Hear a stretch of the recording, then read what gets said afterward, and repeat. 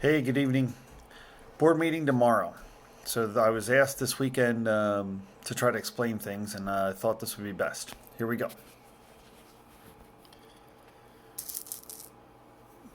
There's four ways to spend money. You can spend your money on yourself. You're pretty frugal. You're only going to buy the things that you want to buy. If you don't want cheese on your omelet, you're not going to pay for it. You're not going to ask for it. You're not going to do it. You can spend your money on someone else. You can buy your kid an omelet. Again, you're going to be pretty frugal about it. If you know he doesn't like cheese, you're not going to put it on there. Now, you can spend someone else's money on yourself. You might not order an omelet. You might order omelet, bacon, sausage. They're paying. Why not, right? Well, this is where morality comes in. You're still probably not going to order things in front of somebody that you're not going to eat. It's just immoral, rude. It's unjustified. So the last one is you're going to spend someone else's money on someone else. They're not even there. So this is the most lax set. And when you're in this quadrant of spending someone's money, you got to be extra cautious. This is the government quadrant. This is where things get wasteful. So everybody always asks, why do I feel that our board is immoral and evil? Well, I think they failed to protect the students. I think they projected to spend more than they receive. To me, these are immoral things. Failed to file an AFR in a timely manner. It was due in October. They have a grace period till November. Wasn't filed. The information is not there. They voted for the administration to help negotiate contracts, excluding board members from the negotiations.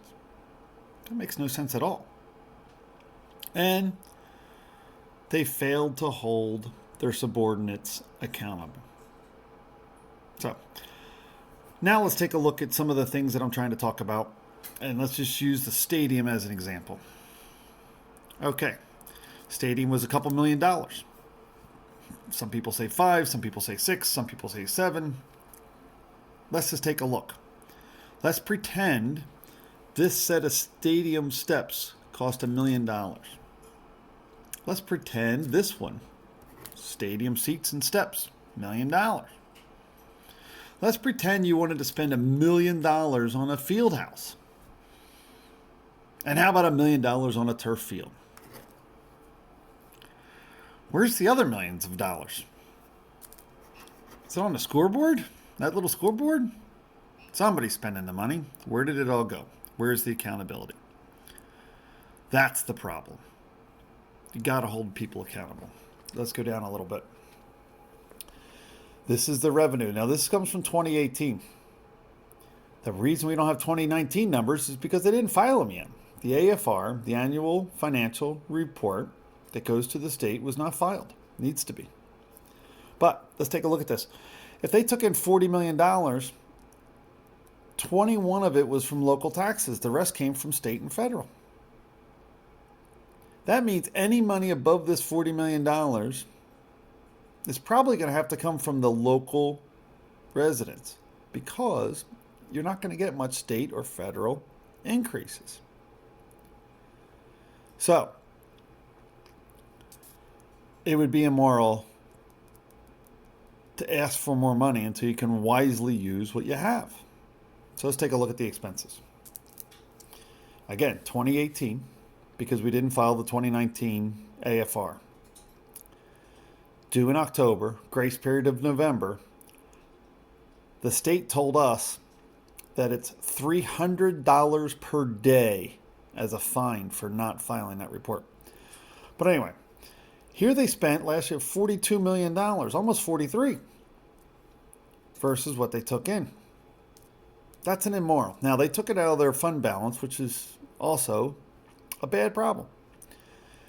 Actual instructional staff is $28 million. Now, the student the student population is relatively stagnant. The instructional staff has been slightly declining, but we still have 280 some staff members. At $28 million, that means each one costs us about $100,000 as an average. So let's take a look at the management hierarchy. So the management hierarchy, here's our district. We got all these different people within the district. They're the ones funding it. Those people in that district are the stakeholders. So this is the number one boss, the stakeholders. They elect the board. That board hires or fires an administration to oversee the actions that the board has mandated, directed. And then they oversee the staff. Ultimately, the staff reports to the board, the administration reports to the board, and the board reports to the stakeholders. The board cannot do a thing without the stakeholders. The board can't take action without letting the stakeholders know what they're doing. The board can't make an action without meeting in public in front of the stakeholders. The stakeholders run the show. You got to understand that you're a stakeholder, you run the show. If you don't like what this board's doing, if you don't like this, if you don't like how they wasted this, I mean, come on. $1, 2, 3, $4 million. Is a field $1 million? Is a set of bleachers $1 million? We know that something's going on there. Where'd all that money go? And I know that this thing didn't cost $1 million. They're not spending the money wisely. So, you're the stakeholders. You run the show. You oversee the board. They hire or fire an administration to do a job. And the administration recommends the board to hire or fire the staff. That's it. And nothing gets done without the stakeholders' input.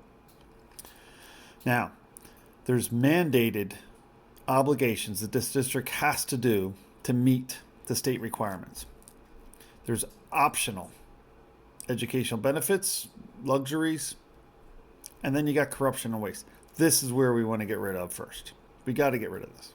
So they always say, okay, you tell us a lot of things. You complain about the rubber stampers. You talk about how immoral they are and how evil they are. What are you going to do about it? Well, here you go. Here's your 4-step plan. Step 1. You elect public servants. We should be public servants. That's a pretty simple concept. That means we have to be lawfully transparent. We should release all the expenditures to the stakeholders. Now, they're trying. We're getting closer. They release some of the invoices. Now, when I used to copy the invoices and scan them, we'd have about 1,400, 1,300. You know, if it's a busy day, busy month, 1,500. But on average, over 1,000 documents would be scanned to be reviewed. They gave us a couple hundred. What are they missing? Why are they missing? They should be lawfully transparent. They're getting better. But to stop the waste and corruption, we got to hold this subordinates accountable, right? So we had injuries. We should be mitigating these risks. We have bullying and hazing. We got to review the supervision of our students. This is a big part of the puzzle here, guys. The solicitor has been caught making absurd arguments. We pay for those arguments. We're paying to fight things. That doesn't make sense. The solicitor recommended and the board approved a constitutionality challenge to the right to know law. That makes no sense at all, especially when it was so absurd. Completely going off the rails, guys. If your board does not keep an eye on its solicitor, you got a problem. We also have some collection issues that we're dealing with, not with our solicitor, but with another company, and that doesn't make sense, right? The hiring, firing, and negotiation should all be done by these public servants for the benefit of the stakeholder. Okay, let's go to number 2. We answer to the people. We got to end the morality, right? You can't have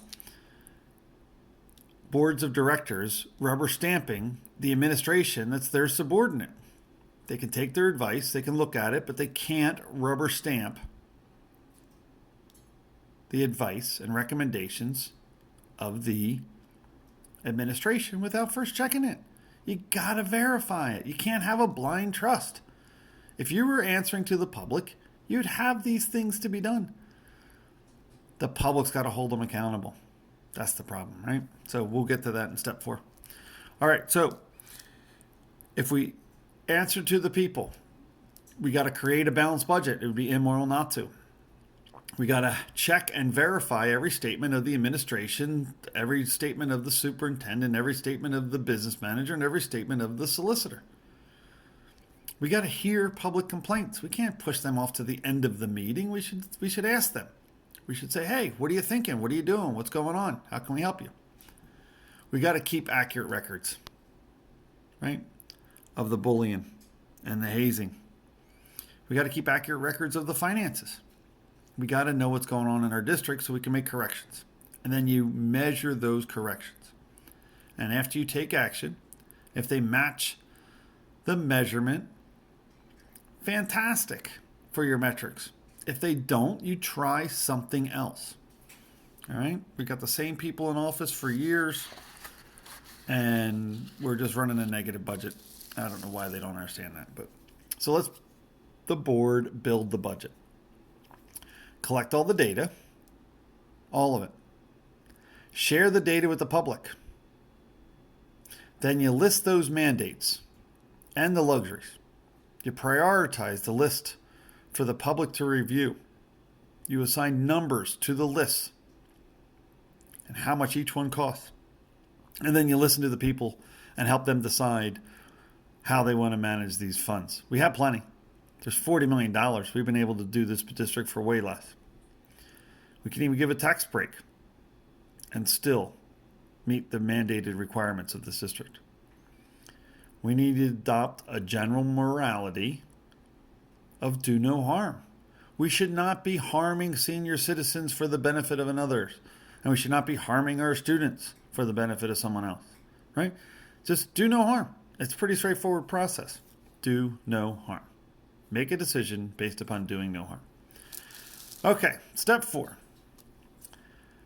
Only way to get this done, in my opinion, you got to seek the resignation of the immoral board that rubber stamp and push all this forward.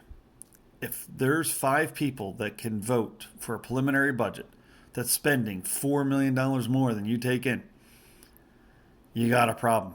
You got the wrong people, right? Seek their resignation or seek their removal, right? Now, Section 318 of the Pennsylvania School Code discusses how to remove a director. So, PA School Code, Section 318, it's under the guise of neglect. If they don't do their lawful duty that meets school code, you can remove them. So right now we have a failure to file an annual financial report. We're months behind. You could remove the whole 9 of us.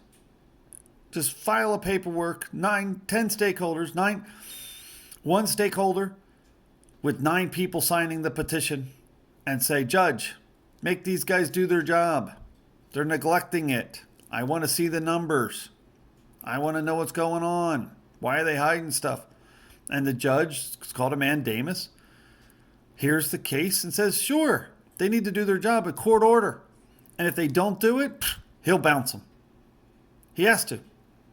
They can't neglect their duty. All right, this thing was due in October. There was a November grace period. And now there's a risk of fines, $300 per day, according to the state. $300 per day. Right? Failure to finalize an audit. Again, Pennsylvania School Code tells you how to do this. Our board didn't do it. 4 of us are begging. 5 of them take the lead. And they block moral responsibility to do a job. Right?